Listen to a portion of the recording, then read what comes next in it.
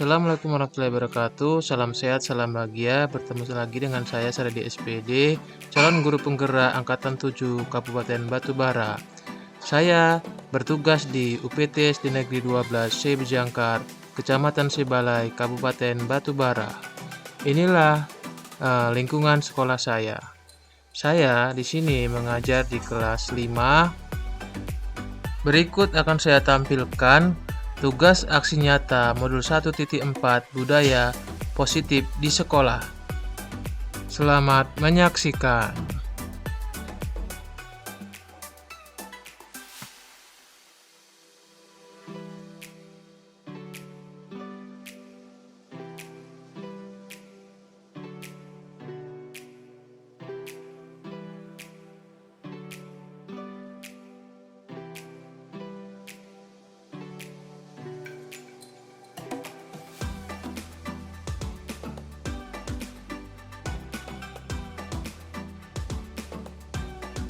Dalam penerapan budaya positif, saya dimulai dari misalnya melaksanakan gotong royong di sekolah.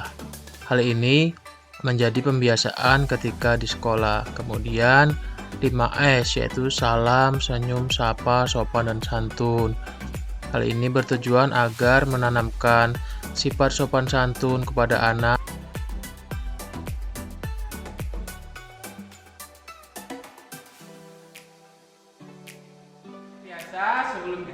Berikutnya adalah pembiasaan berdoa sebelum belajar. Kita berdoa menurut agama dan kepercayaan kita masing-masing. Doa berdiri kepada Bapak Guru kita, beri salam.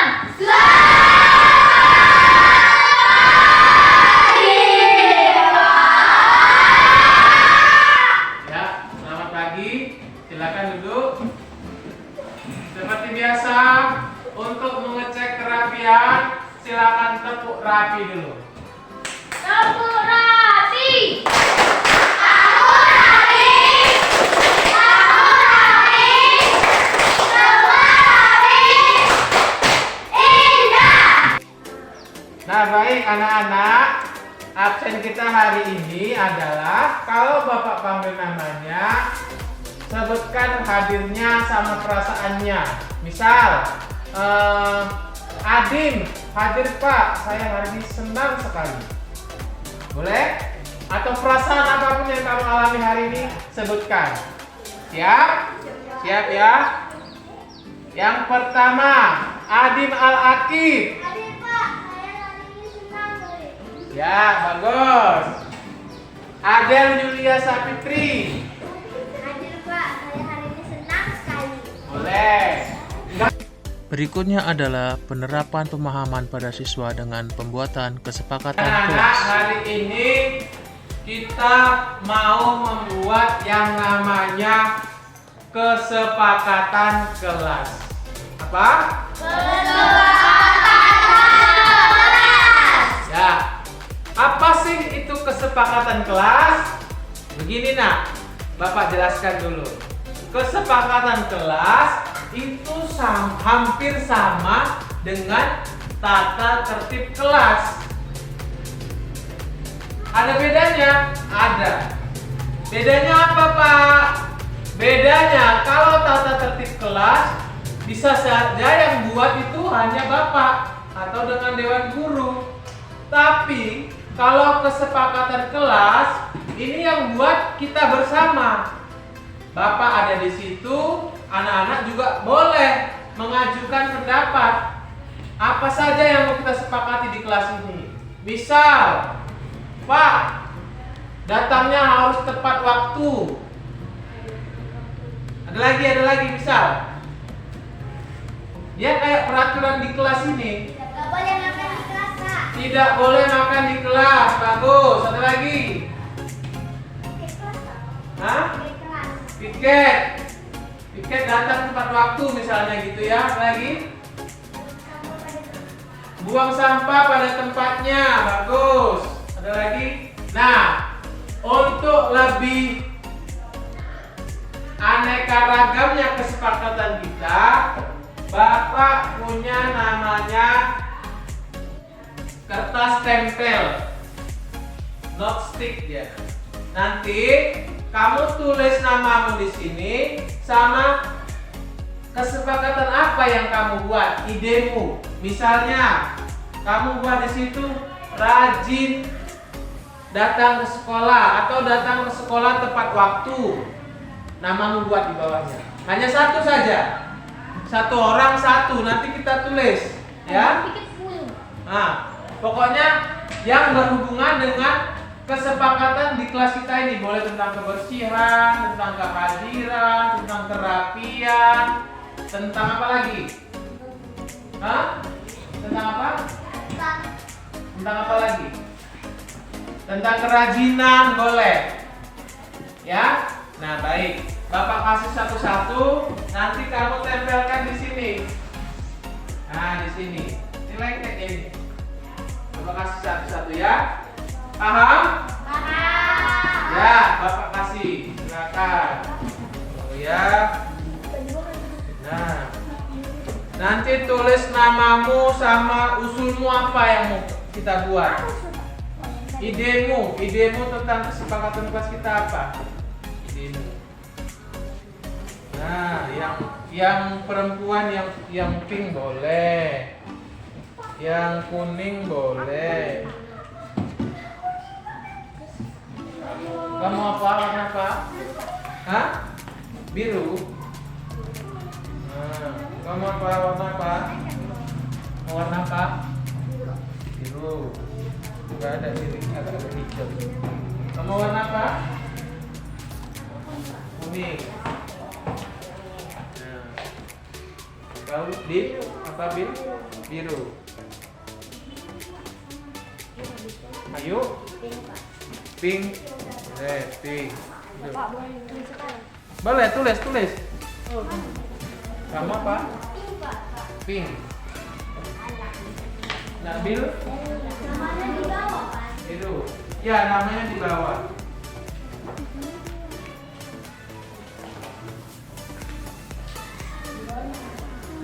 Udah semua dapat? Dapat. Ya. Jadi bikinnya kesepakatan kelas di sini. Iya, satu aja. Kalau sama nggak apa-apa, tapi kalau gitu jangan sama. Namanya di atas boleh, di bawah boleh. Tapi nulisnya kamu jangan yang di lemnya ini. Di baliknya, nanti biar dilengketkan gitu. Paham? Jangan yang pas di lemnya ini. Hah? Iya, lemnya di sini. Nah, dari baliknya. Iya, di balik lem itu. Pak, apa di situ? Di bawah boleh, di atas boleh. Boleh. Pak, udah selesai. Tunggu mana? Dibuat nama udah? Ya. Tunggu ya. Nanti kita tempelkan di depan sini. Buat namamu.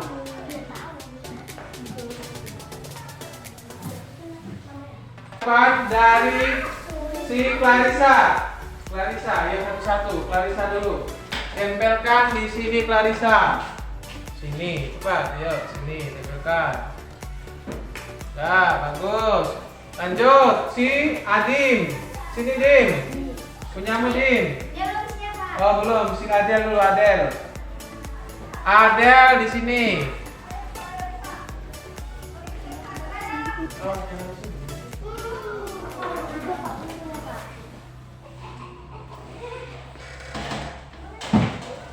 ya.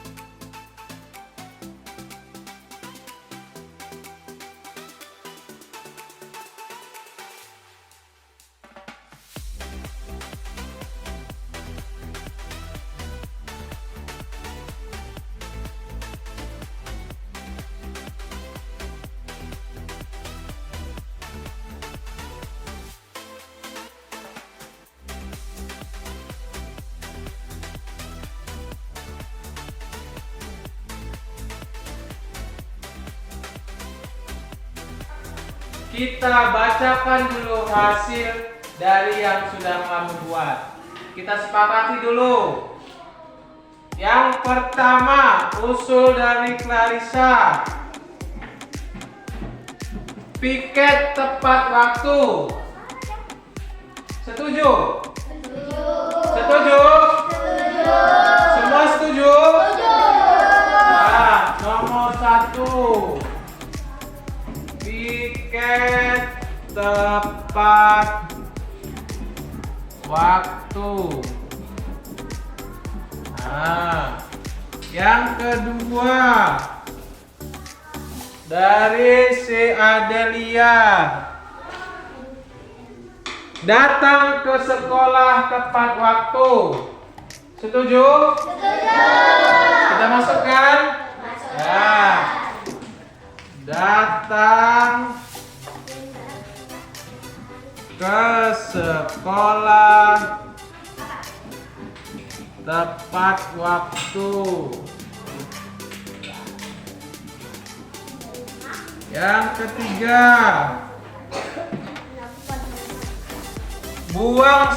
kata si Donita, buang sampah pada tempatnya. Setuju? Buang sampah pada tempatnya.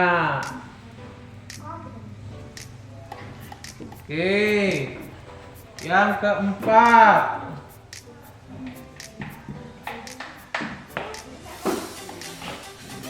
nggak boleh bilang kamu nanya. Kata si Nabil. Nggak boleh bilang kamu nanya. Setuju? Ini gara-gara bilang kamu nanya.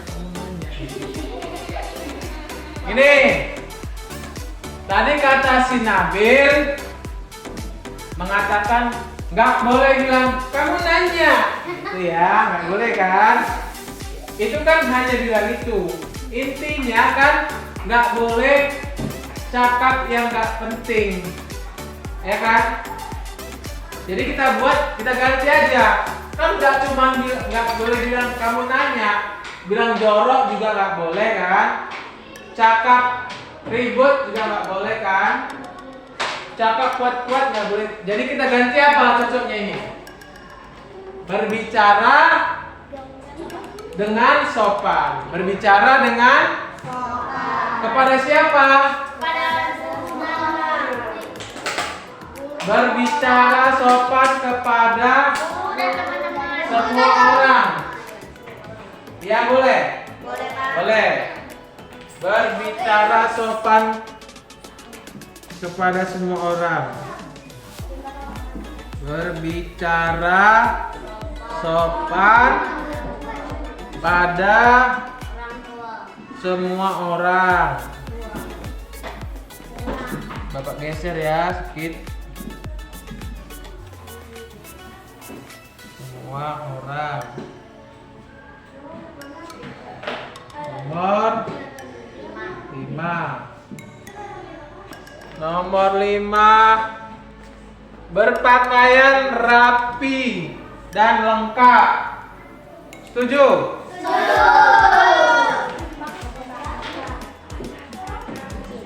Berpakaian rapi dan lengkap.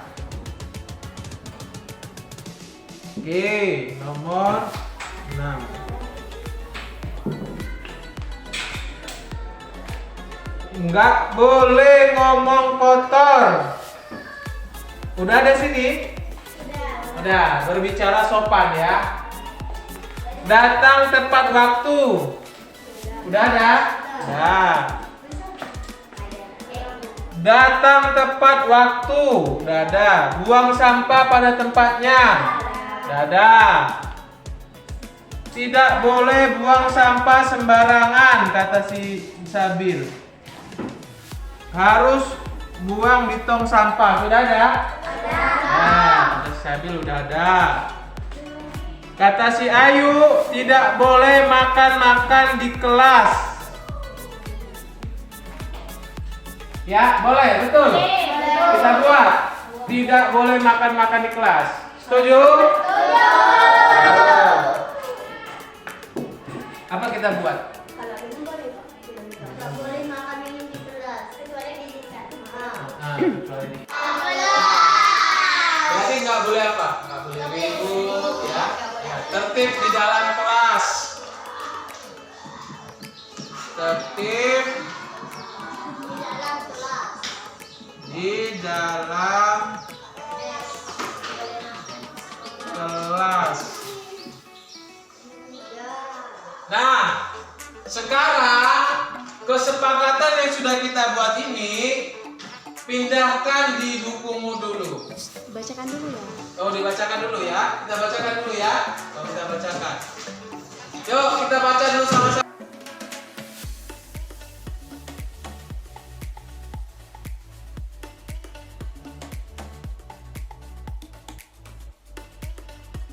Sama judulnya.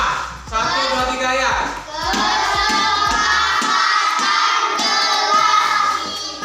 Ya, kesepakatan kelas 5. Yang pertama. Yang kedua.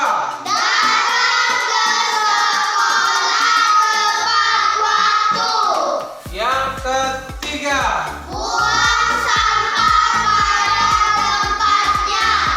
Yang keempat.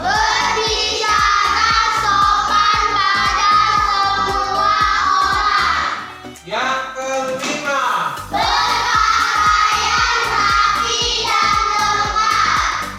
Yang keenam.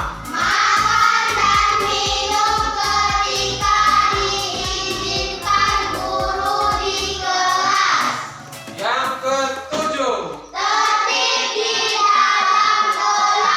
Bagus. Nah,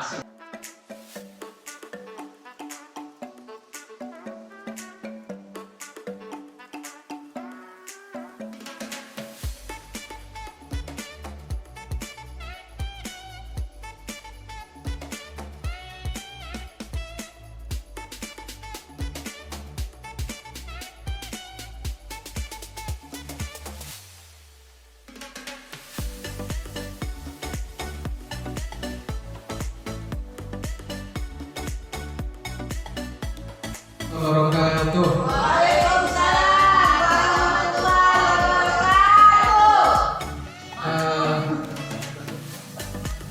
Pertama, sebagai umat beragama kita pantas bersyukur pada hari ini semua kita masih berada dalam keadaan sehat sehingga dapat melaksanakan rutinitas kita sebagai guru di UPT SD Negeri 12 Sebejangkar, Kecamatan Sebalai, Kabupaten Batubara. Ibu-ibu Dewan Guru UPT 12 Sebejangkar. Jadi pada kesempatan kali ini izinkan saya sedikit mengimbasan dari apa yang sudah saya pelajari selama mengikuti program pendidikan guru penggerak. Bapak Ibu, sebelum saya lanjut ke materi, saya cerita sedikit dasar dari program guru penggerak ini sendiri. Yang pertama, ini gagasan besar dari Menteri Pendidikan Republik Indonesia sekarang, yaitu Bapak Nadiem Makarim. Beliau punya program namanya Merdeka Belajar. Jadi di program Merdeka Belajar itu semua akan ditata kembali, diperbaiki kembali, yang sudah bagus semakin ditingkatkan, yang kurang akan diperbaiki gitu. Jadi intinya itu. Jadi yang diperbaiki ada aspeknya, termasuk gurunya sendiri, Bapak Ibu. Jadi dari gurunya melalui program guru penggerak. Jadi diharapkan nantinya lulusan guru penggerak itu mereka lah yang diberi kewajiban mengimbaskan kepada rekan-rekan guru yang lain. Bukan berarti guru yang lain tidak punya pengalaman gitu. Cuman kan nggak mungkin semua langsung dijadikan guru penggerak Bapak Ibu. Jadi sedikit-sedikit dari guru yang sudah ditatar inilah nanti mengimbas kepada guru yang lain. Jadi seperti itu. Jadi kita di sini di SD 12 Bejangkar, saya pikir sebuah kehormatan bahwasanya sekolah kita termasuk satu. Untuk tahun ini di Sebalai cuma satu perwakilan Sebalai guru penggerak. Tahun lalu 2, Ibu Maya sama Pak Dedi. Tahun ini hanya dapat terpilih 1. Alhamdulillah cuma kita yang dapat gitu. Jadi apapun ceritanya, kalaulah harapannya dengan adanya program guru penggerak ini, saya punya ilmu, bisalah saya bagi sama Bapak Ibu sekalian. Jadi itu intinya Bapak Ibu. Jadi di sini saya akan sedikit memberikan pengalaman yang mungkin saya lebih dulu terima, gitu. Mungkin juga Ibu sama. Untuk dasarnya sendiri Bapak Ibu, program guru penggerak ini kan saya bilang tadi 6 bulan. 6 bulan ke depan saya ditatar, diberikan modul, banyak mau dipelajari, modul 1, 2, dan 3 gitu. Jadi ada beberapa aspek yang harus saya lewati, termasuk hari ini pengimbasan gitu. Jadi Bapak Ibu, di sini saya pikir jangan hanya dapat ini hanya memenuhi tugas, bukan memenuhi tugas. Saya pikir inilah kesempatan nanti untuk kita bersama-sama mengoreksi apa yang sudah sama kita jalani selama ini.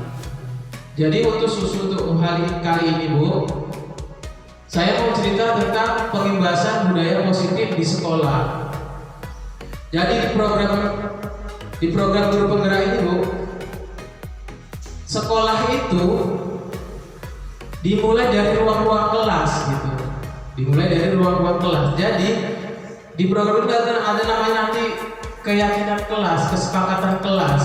Jadi contohnya begini Bapak Ibu, nanti di kelas, misalnya di kelas saya ini, saya yang selama ini menentukan peraturan sendiri itu tidak boleh lagi gitu. Jadi kita bersepakat sama anak didik kita. Jadi kita berajukan kepada mereka, nah mau ngapain kita di kelas ini? Apa yang kita sepakati? Jadi nanti kita bukan otoriter di kelas itu. Mereka punya hak untuk menyampaikan aspirasi. Misal begini Bapak Ibu. Nah, apalah yang kira-kira penting selama kita di sekolah atau di kelas kita ini? Tunjuk tangan 1. Pak, datangnya jangan terlambat. Kita kumpul dulu 1. Pak, yang piket datang tepat waktu. Atau yang di ujung, Pak, nggak boleh ribut di kelas. Jadi kita kumpuli semua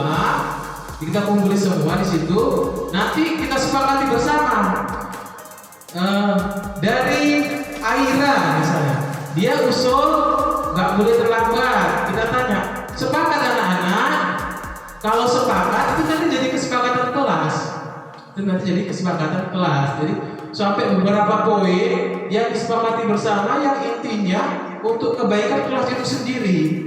Jadi istilah student oriented itu termasuk itu Bapak Ibu.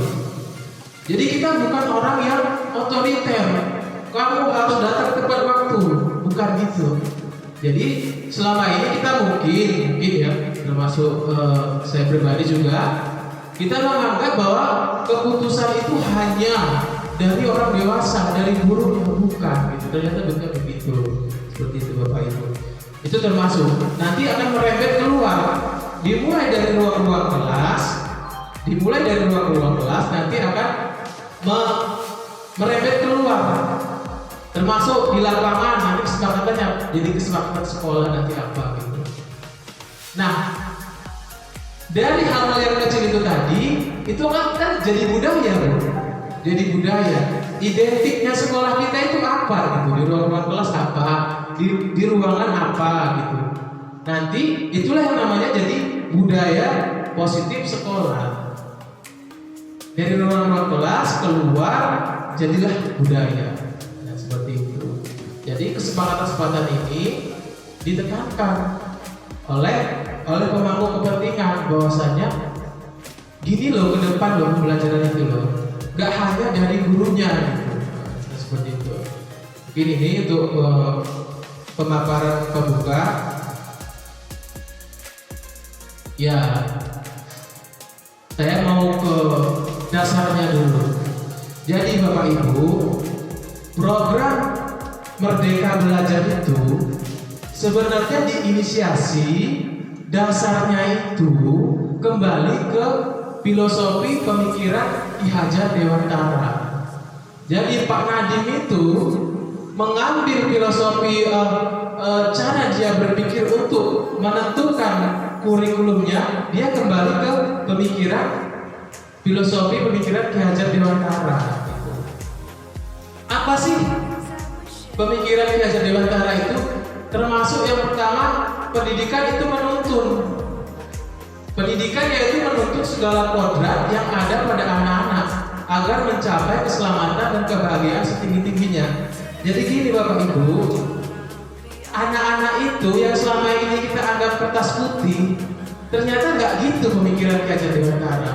Mereka sudah punya kodratnya masing-masing, bakatnya masing-masing. Jadi kita ini ibaratkan hanya menebalkan garis-garis putus. Mereka sudah punya kecerdasan identik dengan dirinya, nggak kita bisa paksakan. Nah, jadi itu. Ada anak yang pandai menggambar, ada anak yang pandai matematika, ada yang pandai olahraga. Kita dalam posisi hanya menebalkan. Makanya kita sebagai guru dituntut belajar lagi. Kalau dia pandainya begini, treatmentnya bagaimana? Kalau dia pandainya begini, treatmentnya bagaimana? Karena nanti nggak kita bisa paksakan mereka untuk pandai ini semua. Makanya nanti di raportnya itu sebenarnya nggak boleh lagi ada juara 1, juara 2, juara 3. Nah gitu, karena memang bukan itu tujuannya, seperti itu. Nah, kodratnya ini, mereka punya kodrat masing-masing. Nah, berikutnya, menghamba pada murid. Pada awal pembahasan ini, kami juga sudah sharing dengan fasilitator. Ini maksudnya bagaimana menghamba pada murid? Nah, gitu. Agak bahasa yang ini aneh ini. Berarti seolah-olah murid itu kita tinggi-tinggikan gitu. Nah, jadi itu tadi Bu, rasa penghargaan guru dan keberpihakannya terhadap siswa sebagai manusia yang merdeka, punya bakat, punya kemampuan unik sendiri. Jadi kita gak boleh memaksakan. Apapun yang sudah kita punya selama itu, termasuk pengetahuan itu, kita hanya berusaha bagaimana kecerdasan awal mereka itu tumbuh dengan adanya kita. Misalnya anak saya di rumah memang awalnya memang pandai matematika. Saya berusaha bagaimana dia pandainya matematikanya berkembang. Di situ saja posisi kita, Bu. Bukan kita mengatur. Nanti kamu jadi ini, kamu jadi tentara. Dari sekecil kamu harus rajin olahraga, lari. Ternyata kayak gitu. Kalaulah kita tahu keseharian dia model letoy, orangnya letoy, mau dipaksa menjadi tentara agak sulit Bapak Ibu, seperti itu. Jadi kita sebagai guru berusaha mengenali, oh anakku ini pandainya apa ya? Anakku pandainya apa? Jadi dari situ kita menebalkan, cocoknya ini dia pandai matematika, uleskan matematika, nyambung. Nah, jangan kita hanya nafsu kita. Wih kayaknya kalau anakku jadi tentara paten ya. Wih kayaknya kalau anakku jadi dokter paten ya. Ternyata enggak bisa. Serta udah menafkahi dia, memberikan segala sesuatunya. Kamu hanya menurut apa yang bapak cakap, mama cakap, nggak gitu. Nanti anak-anak itu terbiasa nggak pandai mengungkapkan isi hatinya. Di luaran nggak berani ngomong, pemalu, pendiam, kan nggak nggak gitu yang kita harapkan. Nah, seperti itu. Nah, kemudian kebutuhan dasar manusia dan dunia berkualitas. Jadi boleh Bu Aisyah tolong di close ESC, di close. Boleh dibuka kitab baru di sini, kitab baru. Nah, di sini kitab baru. Tolong ketikkan di sini kebutuhan dasar manusia. Kebutuhan dasar manusia. Ya, izin ini diklik dulu, ini yang ini. Ya, masuk ke toolbar white. Ya, toolbar white. Connect. Sebentar ya Bapak Ibu. Nah, balik lagi kemari. Nah, ke image. Sebentar. Ini klik dulu. Ini klik di sini, klik di sini, klik di luar sini, klik di sini, klik di sini dulu. Biar ininya turun. Ini klik, baru image. Nah, kita ambil yang gampang. Geser ke bawah dulu. Lagi, cari yang bulat. Nah, ini, Ibu klik ini. Nah, jadi Bapak Ibu, anak-anak itu, ini bukan saya yang ngomong. Kebutuhan dasar manusia yang pertama ada 5 ini. Ada 5. Ini kalau nggak salah ini termasuk cinta dan kasih sayang, penguasaan, kebebasan, kesenangan, sama ini kebutuhan dasar, makan, minum, tempat tinggal. Ini yang di tengah, makan, minum, tempat tinggal.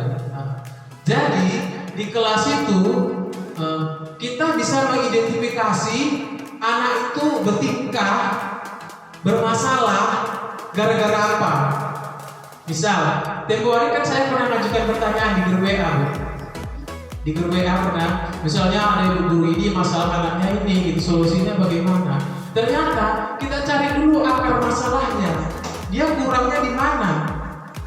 Apakah dia kurang kasih sayang, kurang kebebasan, kurang kebutuhan dasarnya, kesenangan atau penguasaan? Misal, kebutuhan dasar. Anak ini dari pagi nggak sarapan ke sekolah.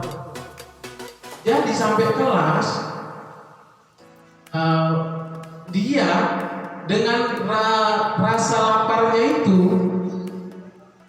gampang emosi atau mencuri makanan kawannya, karena pada dasarnya dia dari rumah lapar, dari rumah lapar gitu. Jadi lapar, dia datang ke sekolah lapar. Jadi kita identifikasi. Makanya nanti kita kalau tahu kamu tadi udah sarapan, nah kita tanya. Kalau sumbernya memang nggak sarapan, baru kita kasih saran. Ini solusinya dia suruh makan dari rumah.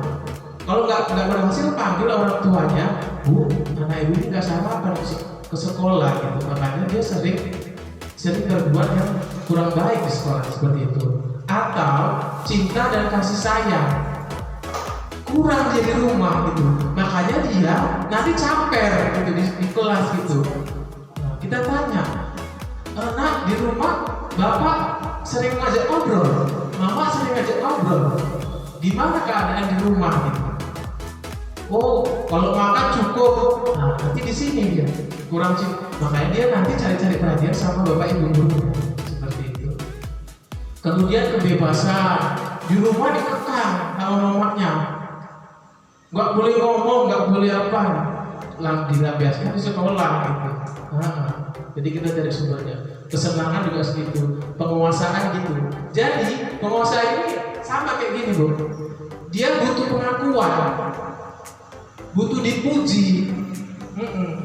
Oh, pandai kamu.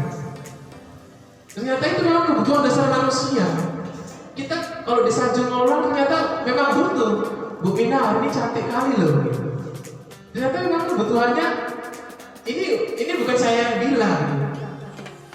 Kalau hambar-hambar saja mungkin dia sama juga, tiap hari gitu aja nggak ada yang muji bapak, nggak ada yang muji kayaknya biasa aja Bu Mina. Besok nggak dibelah, nggak dibelah. Iya. Nah, kembali ke sini, pengimbasan.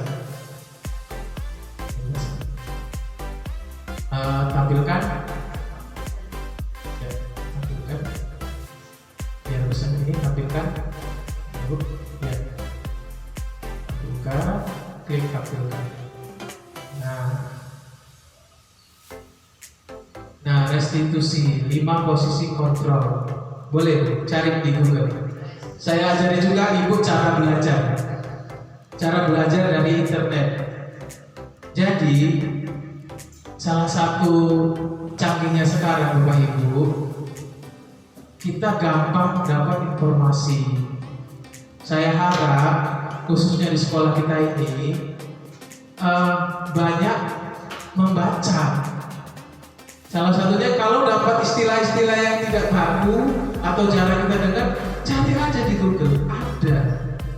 Itu maksud saya itu. Boleh Bu? 5 posisi kontrol, boleh.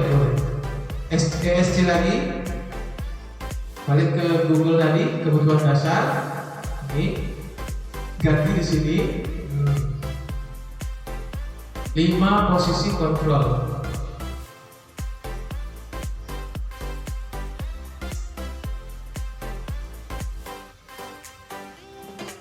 Coba yang mana kita maunya? Ini boleh. 5 posisi kontrol guru. Nah, ini dia. Ini yang saya cerita awal tadi, Bapak Ibu.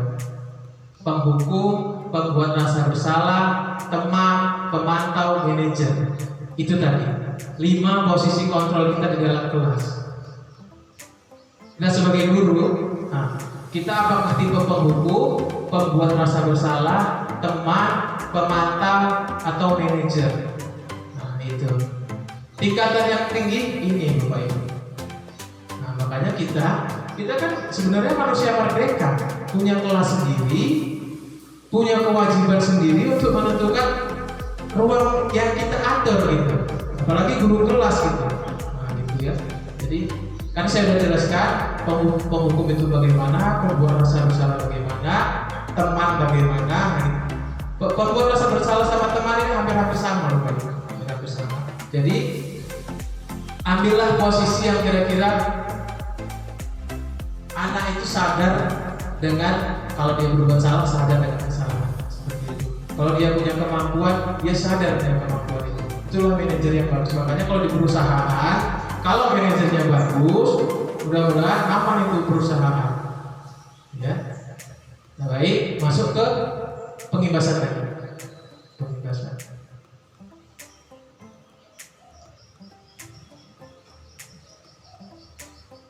Oh ya. Segitiga restitusi.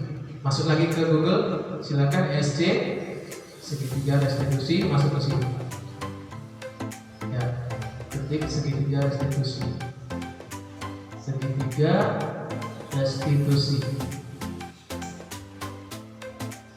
Nah, boleh dibesarin, mana yang kita capai besar. Nah, ini dia. Nah, ini aja ini. Oh, ini agak besar, gampang dibacanya. Nah, itu segitiga restitusi. Yang pertama, menstabilkan identitas, validasi tindakan yang salah, menanyakan keyakinan. Nah, yang pertama, menstabilkan identitas. Jadi Bu, misalnya ada masalah, tadi murid terlambat, misalnya murid terlambat. Kita menstabilkan identitas. Pada dasarnya manusia itu nggak mau dia salah, nggak mau dia terlambat. Kita cari dulu kelebihan dia. Bapak yakin kamu ini bukan orang yang suka terlambat. Bapak yakin kamu bukan orang yang mau tiap hari datang terlambat, nggak nurut omongan guru seperti itu. Nah, ketika dia sadar dengan bahwasanya ini yang jahat bukan aku pribadi, tapi kelakuan. Jadi dia nggak merasa bahwasanya aku orang bersalah di dunia, bukan. Kita hanya menyadarkan bahwasanya aku ini masih punya nilai baik, walaupun hari ini aku terlambat, tapi aku punya kemampuan untuk tidak terlambat. Baru nanti di sini validasi tindakan yang salah. Nah, itu tadi. Salah nggak menurut kamu kalau kayak gini? Terlambat itu salah nggak? Nah, gitu. Nah, baru nanti menanyakan keyakinan, termasuk keyakinan kelas tadi. Orang Bu, pada dasarnya kalau melakukan keburukan, hatinya pasti nolak. Hatinya pasti nolak. Awal-awal pasti nolak. Nah, gitu. Nanti kita tanyakan, perlakuan itu bagus gak sih? Nah, gitu. Kalau gak bagus, bagaimana caranya? Nah, gitu. Untuk menyikapi itu. Nah, itu seperti itu. Kembali, Pak Ibu. Paham Bu? Jelas Bu? Jelas ya? Masuk ke pembebasan. Nah, sudah. Nah, jadi itu sudah selesai. Secara materi sudah selesai Bapak Ibu. Budaya positif. Jadi dimulai dari ruang kelas ini kita buat keyakinan-keyakinan yang baik ya gitu. Kemudian keluar, nanti kita sepakati sama kepala sekolah. Kan kita sudah punya program literasi di luar itu kalau konsisten kita lakukan itu jadi budaya. Jadi budaya sekolah kita. Orang akan mengenal SD 12 Jangkar itu apa? Kalau pagi bahas di depan, baca dongeng, baca puisi. SD 12 itu apa? Gurunya ramah-ramah. SD 12 itu apa? Gurunya berani tampil. Nah, seperti itu. Itu jadi budaya. Awalnya ya dari ruang-ruang kelas seperti ini kita ceritakan. Makanya saya pikir, ayo kita berkolaborasi. Apa yang mau kita bangun di sekolah ini? Itu juga saya mau kasih ke sekolah. Apa yang mau kita tampilkan dari sekolah ini? Itu intinya Bu. Jadi adalah manfaatnya. Pak Adi ikut guru penggerak adalah manfaatnya sama Bapak Ibu sekalian. Sama-sama kita belajar seperti itu Bapak Ibu. Misalnya nilai-nilai kejujuran, misalnya dari kantin, dari apa memang kita tanamkan. Bagaimana manajemennya gitu ya. Kemudian misalnya ada ibu mau buat program, sampaikan saja. Bisa sama kepala sekolah, bisa juga sama saya. Kan ini sama kita kolaborasi. Pak, kayaknya Pak sekolah ini akan lebih maju dari segi kebersihan kalau ini. Pak, sekolah ini akan lebih maju dari pengajaran kalau kita gini Pak. Nah gitu. Nanti saya punya ilmunya ini, saya bantu sharing. Bu, bisa Bu dari sini. Misalnya idenya dari sini, cari aja di Google atau di YouTube ada yang pernah buat itu. Dari sini misalnya ada, idenya ada. Jadi itu pertemuan. Saya pikir juga ada ibu kepala sekolah. Sekolah kita udah cantik Bapak Ibu. Saya termasuk yang senang, bangga ngajar di sini. Secara fasilitas kita sekarang tidak kekurangan. Seperti itu. Mudah-mudahan ke depan bisa sama kita kolaborasi. Mau bagaimana sekolah kita ini? Itu. Saya pikir itu. Nanti kalau ada yang kurang boleh tanya jawab atau diskusi setelah ini di ruang-ruang lainnya sama Pak Ibu kepala sekolah. Terima kasih atas segala waktunya, perhatiannya. Saya pikir saya bangga sebagai warga SD 12 Jangkar. Ayo sama-sama kita berbuat yang terbaik untuk sekolah kita ini. Cukup demikian. Assalamualaikum warahmatullahi wabarakatuh. Ada yang mau ditanyakan? Iya boleh. Yuk, gini yuk. Gini di depan. Waktu nanya, biasa kalian dulu.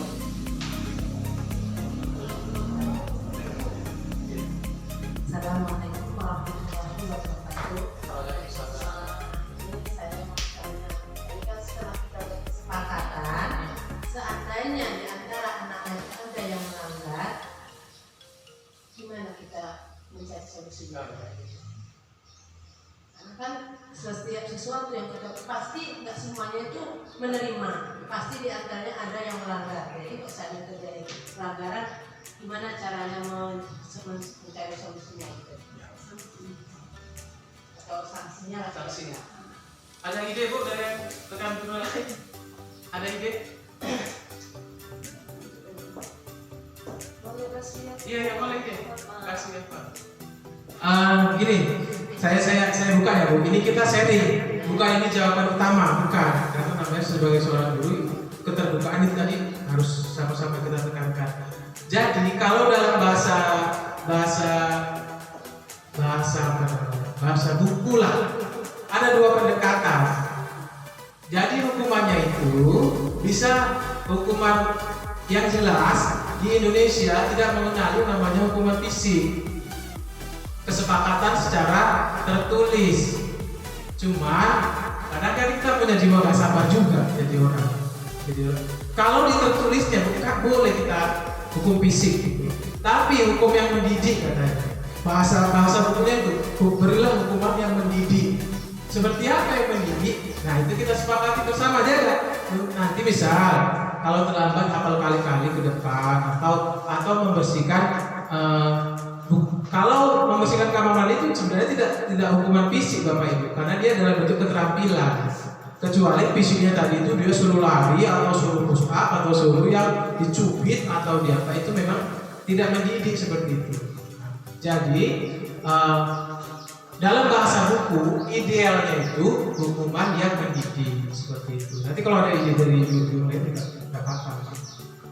Jadi nanti kita sepakati aja waktu buat kesepakatan kelas, kita sepakati nanti kalau yang ini apa sanksinya, nah kita sepakati. Jadi itu bukan keluar dari kita, bukan. Nah, misalnya gitu. Misal kalau di kelas saya tempo hari memang ada agak hukuman fisik, tapi udah diganti hafal kali-kali. Ternyata hafal kali-kali itu sesuatu yang bagi mereka yang tidak menakutkan itu, mereka besoknya dia nggak berani gitu, nggak berani melakukan lagi. Nah gitu, seperti itu. Seperti itu. Ada lagi Bu? Bu Akmal? Bu?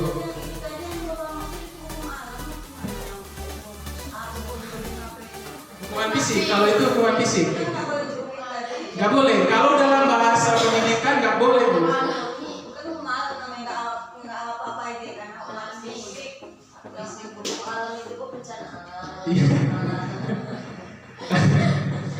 Iya, pokoknya kita nggak boleh menghukum fisik Bu, hukum secara fisik.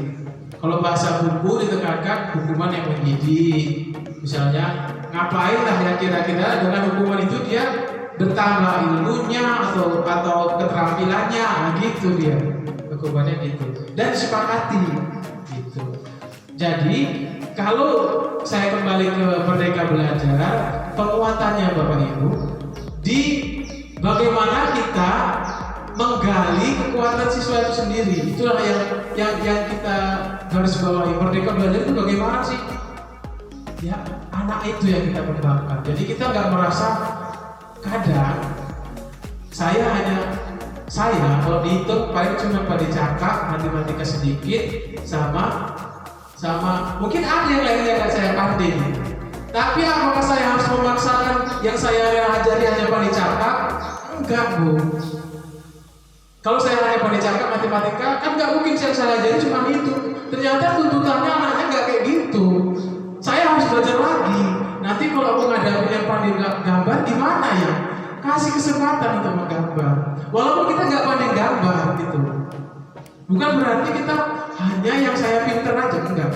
Saya pikir makanya di Merdeka Belajar itu kita harus mengenali namanya 7 kecerdasan manusia. Boleh Bu Aisyah cari di Google namanya 7 kecerdasan manusia.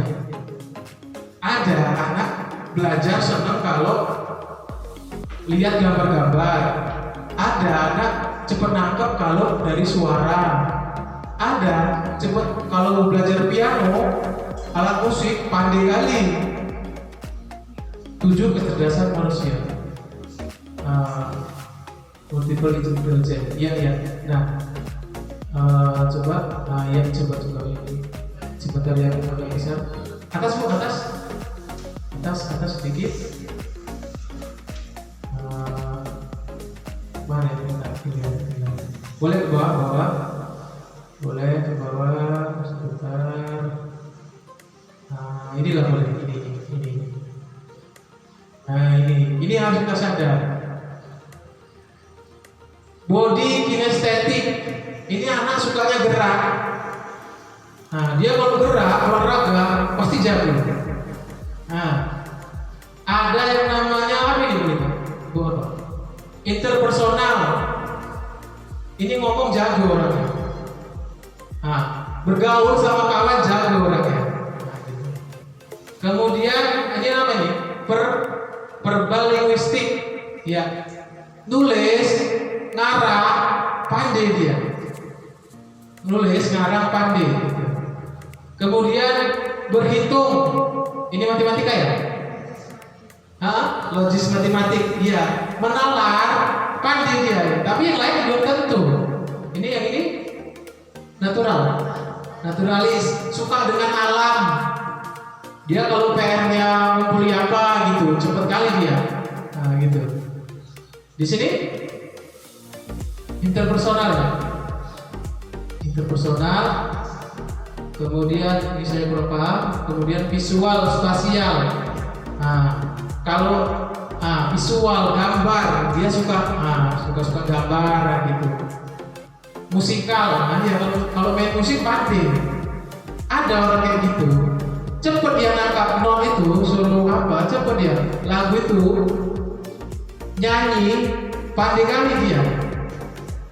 Makanya nanti kalau kita sudah jadi orang dewasa, bapak ibu jadi orang dewasa, kita terbuka sama pengalaman kita sendiri. Dulu aku di sekolah pandainya ini, sekarang aku jadi apa gitu. Kan nggak semua pelajaran ini harus kita pandai kan gitu. Inilah yang harus kita sadari bersama, bahwasanya anak itu bisa jadi di antara 7 ini. 7 atau berapa? 8 ya. 8 itu. Jadi itu, saya pikir itu Bapak Ibu. Jadi kita nggak usah ke depan, kita nggak usah terlalu risau dengan anak tidak pandai matematika hari ini. Tapi saya yakin dia punya kecerdasan yang lain. Gitu. Saya pikir itu. Jadi nanti kita nggak usah ngeluh. Aku nggak berhasil ngajarnya. Nggak kayak gitu. Enggak. Tapi kembali kita hanya meluruskan garis-garis samar pada diri anak itu. Dia bakatnya apa? Aku kasih tahu lah gimana cara kembali bakatnya. Itu. Makanya nanti di modul guru penggerak ada namanya pembelajaran diferensiasi. Tiap anak beda treatmentnya ngajarinya. Saya belum sampai modul itu. Nanti kalau umur panjang, ibu masih mau dengerin saya bagi. Atau secara pribadi itu kayak guru seperti itu. Pembelajaran diferensiasi. Ada beda treatment yang mengajari anak yang kayak gini. Kalau yang suka baca, suka nyanyi, suka matematika, gimana treatmentnya? Ada cara. Makanya kita sebagai guru, ayo belajar lagi. Sebenarnya banyak cara-cara seperti ini, gampang. Ini kenapa saya suka nyari gambar-gambar? Karena cepat. Mungkin ibu ada yang suka, coba kalau baca aja, mungkin ibu udah bosan. Gambar-gambar kan, ibu langsung tahu. Dari sini saja nanti kalau yang tipe ibu gambar, ibu paham sudut kecerdasan ini dari gambar ini. Dari gambar ini, ibu paham. Ketimbang bahasa buku banyak-banyak gitu kan, nah gitu ya. Tapi ada juga yang ibu senangnya kalau saya ngomong, ibu tidur di situ ibu tahu, karena ibu suka dengar. Ada orang tipe kayak gitu kan? Nah, kayak gitu. Makanya ada orang tipe belajar diputarinya aja kaset itu, nah, kayak gitu. Karena memang tipe belajarnya lain, itu yang harus kita gunakan. Nah, ada lagi Bu? Ada lagi? Cukup? Oh iya, boleh.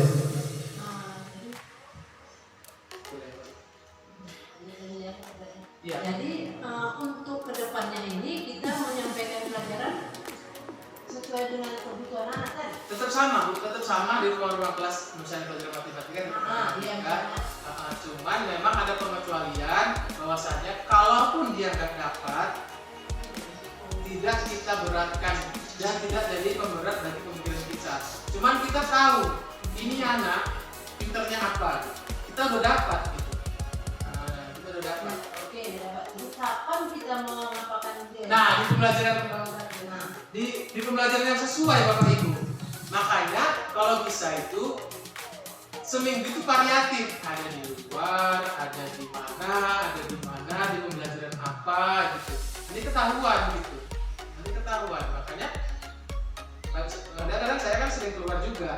Nah, makanya biar saya tahu ini kalau di luar dia aktif, pandai cakap, idenya keluar. Nah gitu. Ternyata memang tipenya gitu. Makanya kita terbuka aja, nanti ibu boleh sekali keluar di luar lapangan, Kadang-kadang nggak mesti juga di ruang kelas saja. Nanti kelas rendah Boleh.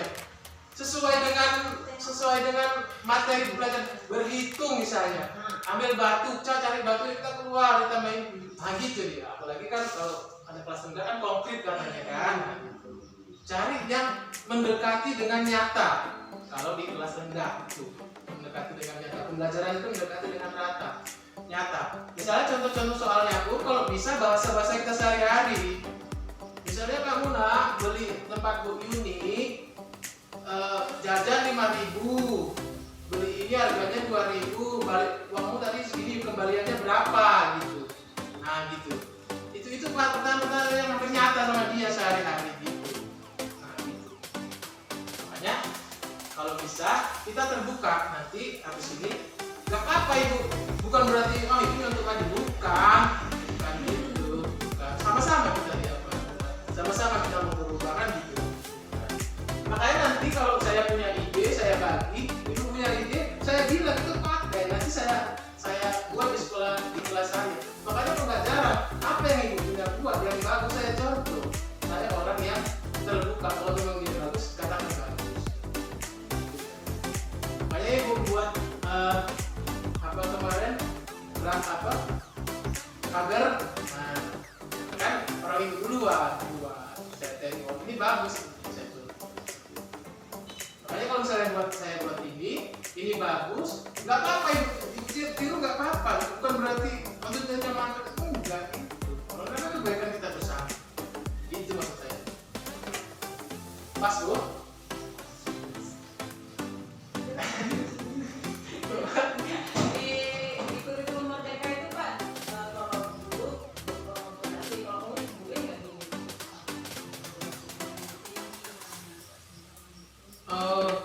Kalau itu boleh lah. Dalam artian belajarnya kan boleh.